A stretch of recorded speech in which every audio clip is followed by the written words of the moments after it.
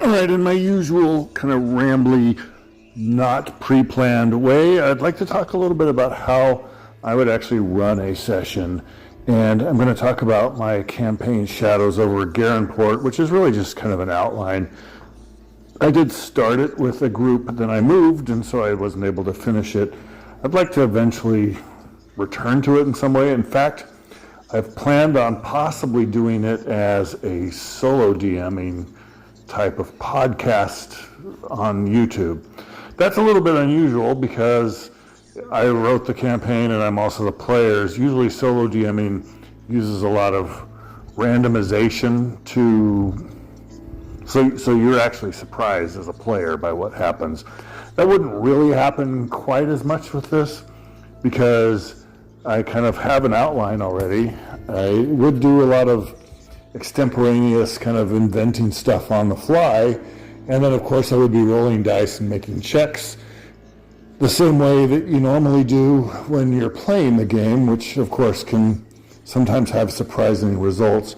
But at the same time, where I'm both player and GM, it's kind of at least as much just a storytelling performance art as it is playing a game. The game does kind of facilitate it, and it will tend to occasionally surprise me from time to time, but mostly I'd be doing it just as a, like I said, kind of a extemporaneous storytelling exercise. But I do want to use my Shadows Over Garenport campaign outline to do that. How would I actually do this if I were to run it again? First off, I don't actually believe in session 0, not because I think that the idea is bad, but because I think session 0 as a concept really gained a lot of steam during the 3rd edition era, and it was, still something that people see as important to do in the 4th edition and 5th edition eras, because all of those games are really quite complex and require quite a bit of time to make your character. Back when I was playing 3rd edition, back with my old group before we all kind of went to the 4 winds, we didn't do session 0s per se, because our sessions were usually quite long. We would often get together for a better part of 4 or 5 hours. So we would, however, spend a good part of 2 or 3 hours of the first session coming together and making our characters. And we would often show up with a concept already in mind that we kind of hashed out via emails back and forth. But there's still an awful lot of work to be done to actually make your character and to kind of make sure that the group is all aligned on what they're making. I don't think that that's a bad idea, but because I prefer much more rules light and less complex systems nowadays, I can't imagine why I would need more than an hour to an hour and a half tops to do that, even if everybody's really quite distracted and chatty. And that's kind of what happened when I ran a little bit of Shadows Over Garenport for my son, my daughter, and my son-in-law and daughter-in-law. It took about an hour to get them all to make characters. And once we did that, we got started on the game. So that's what I would do instead of session 0. I would have a session, I guess it's just really just a session 1, but it is preceded by character generation. And because I would prefer, if I'm playing with the right kind of players, and I think that's the other important thing, is if I'm going to be using my rule system and my setting and my campaign, I need to be playing with players who value role-playing and kind of the extemporaneous author experience. Maybe not quite as much the acting, method acting, performance art, because I don't think that that's necessary in role-playing games, although a lot of these live play shows like Critical Role seem to have convinced a lot of people that that is, in fact, what role-playing is. I don't think you need to be a method actor or an improv actor to be a good role player. But what you do need to do is value playing the role of your character, trying to gradually come to understand his personality and what he would do in any given situation, and then play it out that way. And I think having more of an authorial type of stance is more important than having an actor type stance. And I think thinking of your character as a writer writing a story, except, you're kind of making it up as you go along, and it's a collaborative effort between you, the other players, and the GM. That's the way to do it. So if I have the right kind of player, then I definitely have the right kind of system and the right kind of setting and the right campaign for them. They need to kind of be willing to, come up with characters that are going to be interesting to role play, that are going to have challenges and built-in character challenges. If you're the kind of player who really wants to avoid any conflict and wants to have your character be good and protected from everything that would happen to him and everything's great, and some people do play that way, and I kind of understand it, I guess. But you're not going to thrive in my game, because I really like to screw over my characters for the benefit of my players, who find their characters going through interesting and gradually worsening challenges as part of the fun. Think about any type of tense thriller or action movie or horror movie. Think about Mission Impossible, for example. In any given Mission Impossible movie, you do have very capable characters, especially Tom Cruise's character, but most of the other characters are very capable in their own way as well. But they're constantly in just kind of a world of hurt. They start off with a problem, they go try to address it, and they have some success, but what they also discover is that things are worse than they thought. And as the movie goes on, the tension builds because things are not actually improving. Even though they're making progress, they're finding things out, they're getting closer to the end goal. At the same time, as they do so, they find out that things are much worse than they thought. They're much more personal than they thought. It's, it's a big Charlie Foxtrot. And that's, I think, the way for RPGs to be fun, too. You can't identify too much with your characters. You're like a writer writing the character, except you're not writing it. You're kind of making up his actions on the spot, of course. But if you take that approach, then you want your characters to struggle. You want them to have interesting conflicts and problems and things to deal with, because that's what makes interesting drama, and it's what makes the game fun, and it's what makes, you'd have a pretty boring game, in my opinion, if you didn't value that. And I know that there's people who kind of like cakewalks. They like to have characters, and if they feel like the GM is quote-unquote screwing them over, then they feel that, it's, I don't know, they're getting cheated out of something. I feel the exact opposite.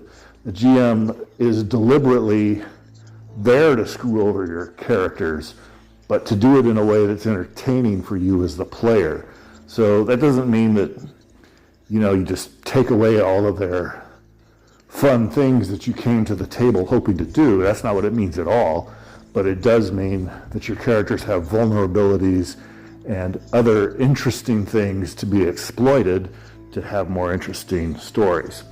This is especially true because most of my games, the games that I prefer to run, have almost as much of a horror theme and mood and tone as they do classical fantasy. I always call most of my settings and my campaigns dark fantasy because they are specifically a hybrid of the two genres, horror and fantasy. And sometimes I lean more into the fantasy, sometimes I lean more into the horror, and the mood will kind of go up and down between the two of them a little, but at all points it will be somewhere in between the two. So that's the first thing. I need to have the right players. We sit down for about an hour or so, we make our characters. That doesn't just mean rolling up stats, it also means coming up with some kind of backstory. It means coming up with some kind of hooks that are meaty enough for me as a GM that I can say, oh, this villain is going to come back to haunt you, and oh, this problem here is, don't expect that to just be a blow off. You are going to see that kind of stuff again. Stuff from their backstory comes back to haunt them, because that's, like I said, again, that's what makes the game fun. And it also is what makes you more invested in the character. If the character is just kind of skating through challenges that don't have any personal connection to him, then he's not a very interesting character, and it's ultimately not a very interesting story. And I know that, RPGs aren't stories, but in my opinion, the end result of it should resemble a good story more than it resembles just about any other means of entertainment. So, yeah, there you go. And then when these characters are all made, part of what I have, and this is in the rules itself, but part of what I do with them is not only do they have characters and they have stats and equipment and their backstory, such as it is, I actually don't necessarily favor complicated or complex backstories. I think anything more than a paragraph is probably too much. I think especially when you're making new characters, you probably don't have really deep ideas about who they are. You shouldn't anyway, because you don't even know how long they're going to survive, for crying out loud, or exactly what going to grab onto you from the game and from the campaign and the way stuff goes. I think it's better to have a couple of dark secrets, if you will, something in your backstory that can be used to create interesting drama. And it's also important to have a rather broad role-playing hook that you can kind of latch onto to give your character a hook, something unique that he does or says or thinks or acts like. And it's got to be kind of broad, not too subtle, because you want everybody else to kind of catch on to it right away. You want your group to be able to kind of play off on it. And frankly, if you're too subtle, then chances are everybody's going to kind of miss what you're trying to do. You usually have to be more broad than you think. So that's kind of what I like to do. And then once that's all done, the characters go through an exercise where they randomly pull their backstories, or at least a portion of their backstories, out of the hat of some of the other characters, and they write a little addition to it about how their character was involved in the backstory of this other person. So then you've got this net or web that connects the characters to each other. They're not just random hobos who just met each other on the road or in a tavern. They actually, when they do meet each other on the road or in the tavern, they're like, oh, hey, I know you from such and such. And the other guy's like, yeah, well, I mean, I don't know you, but I know the other guy. And, to some degree, somehow, every character knows at least one or two other of the characters in the group. And this depends on the size of the group. I prefer smaller groups. My ideal size would probably be 3 players in a GM. But because when you have a group that small, chances are you occasionally have no-shows just because they're busy, they have conflicts, some real life intrudes. I think 3 to 5 is fine. And also sometimes it works better that way because, it just depends on who your group of friends are that's getting together. But anywhere from 3 to 5 is fine. More than 5, I can still do, but that's not really ideal. I think 3 to 5 is my perfect number. And 3 or 4 is even better than 5. So when you have fewer characters, they probably only need to create attachments to one other character. As long as, again, everybody's connected to somebody, then you're good. So let me go ahead and stop there for now. That's how I would start the game. It's kind of like a session 0, I guess. But in reality, if that takes more than an hour to an hour and a half at the absolute longest, that would be shocking to me because my system isn't complex enough and making characters isn't really that complicated. And that's the whole point. I don't want it to be because I want to get to the game faster. And I do kind of appreciate in some ways, or I did, some of the exquisite detail, if you would, that you can create with characters in D20 and 3rd edition and 3rd edition spin-off type games.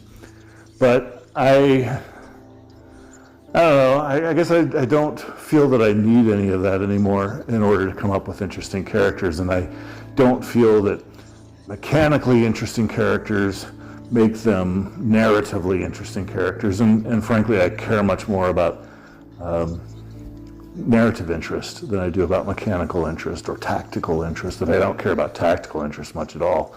So that's how I would do it.